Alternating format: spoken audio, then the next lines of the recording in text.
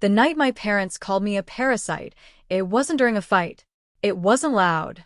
It was quiet, controlled, almost rehearsed. That's what hurt the most. I was standing in the hallway, still holding my laptop, when I heard my mother's voice from the living room. "She's done nothing with her life," she said coldly. "Still living under our roof at 24. My father didn't hesitate. "She eats our food, uses our electricity. What else do you call that? A parasite." My chest tightened. A parasite. I didn't move. I couldn't. My fingers slowly tightened around the edge of my laptop until they hurt. I wanted to walk in, to defend myself, to scream, but something inside me told me to just listen. So I did. "We've been too soft on her," my mother continued. "If we don't push her out now, she'll never stand on her own." Push me out? My heart started pounding. "I already spoke to Mr. Qureshi," my father said. "He's willing to take the downstairs portion once she's gone. Good rent. We need that income." That's when it clicked. This wasn't frustration. This wasn't concern. This was a plan. And Io was the obstacle. I stepped into the living room slowly. Both of them turned, startled. For a moment, silence filled the space. "You want me gone?" I asked. My voice didn't shake. That surprised even me. My mother sighed dramatically, like I was the problem for interrupting. "You heard us. Good. Saves us the trouble of explaining." "Explaining what?" I asked. "That you think I'm useless?" My father stood up, his expression hard. "You are useless, Zara. You've been working online for 2 years and we've seen nothing come out of it." I almost laughed. "Nothing?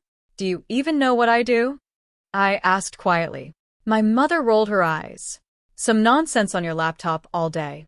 Freelancing, blogging, whatever you call it. It's not a real job." Not a real job. I felt something shift inside me. A crack? No, something breaking open. "I pay for my own things," I said. "My phone, my clothes, my—" "With our roof over your head," my father cut in sharply. "Don't forget that." There it was again. Our roof. I looked around the house slowly. The walls. The furniture. The chandelier my mother loved to brag about. My name wasn't on any of it, at least not where they could see. "Fine," I said. They both blinked, surprised. "Fine," my mother repeated. "I'll leave," I said calmly. My father crossed his arms. "Good. Then pack your things by tomorrow morning." Tomorrow. No hesitation. No regret. Just like that. I was disposable. I nodded once. "All right." And I walked away. That night, I didn't cry. Not a single tear. Instead, I opened my laptop and logged into something they had never bothered to ask about. A dashboard. A very detailed, very powerful dashboard. Property ownership records. I scrolled down and there it was. Owner name: Zara Ahmed. I stared at it for a long moment. 2 years ago, when my freelance business had started exploding, I had made a decision. A quiet one. I bought this house. Not under their names. Not as a gift. Not even as a surprise. I bought it under mine. At the time, I told myself I'd reveal it when the moment felt right, maybe during celebration, maybe when they were proud of me. But pride never came. Only insults. Only dismissal. Only parasite. I leaned back in my chair, a slow, cold smile forming on my face. "You want me gone?" I whispered to myself. "Okay." I clicked another tab. Tenant agreement templates. Eviction notices. Legal procedures. If they wanted to play this game, I wasn't just going to leave. I was going to finish it. The next morning, I packed one suitcase. That's all I needed. When I walked into the living room, my mother looked almost satisfied. "Finally decided to act like an adult," she said. I didn't respond. My father tossed a set of keys onto the table. "Leave them there before you go." I placed the house keys gently on the table. But I kept something else in my pocket. Something far more important. "I'll be out by noon," I said. "Make sure you are," he replied. I walked to the door, paused, and turned back for just a second. Neither of them looked at me. Not even once. And in that moment, something inside me went completely quiet. No anger. No sadness. Just clarity. "You're making a mistake," I said. My mother scoffed. "We'll be just fine without you." I nodded slowly. I know, I said softly. And then I walked out. 3 days later, they signed a rental agreement with Mr. Qureshi. 1 week later, they changed the locks.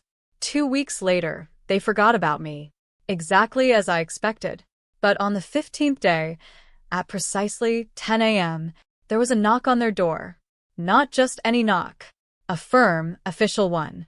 When my father opened it, he found two people standing there. A legal officer And me.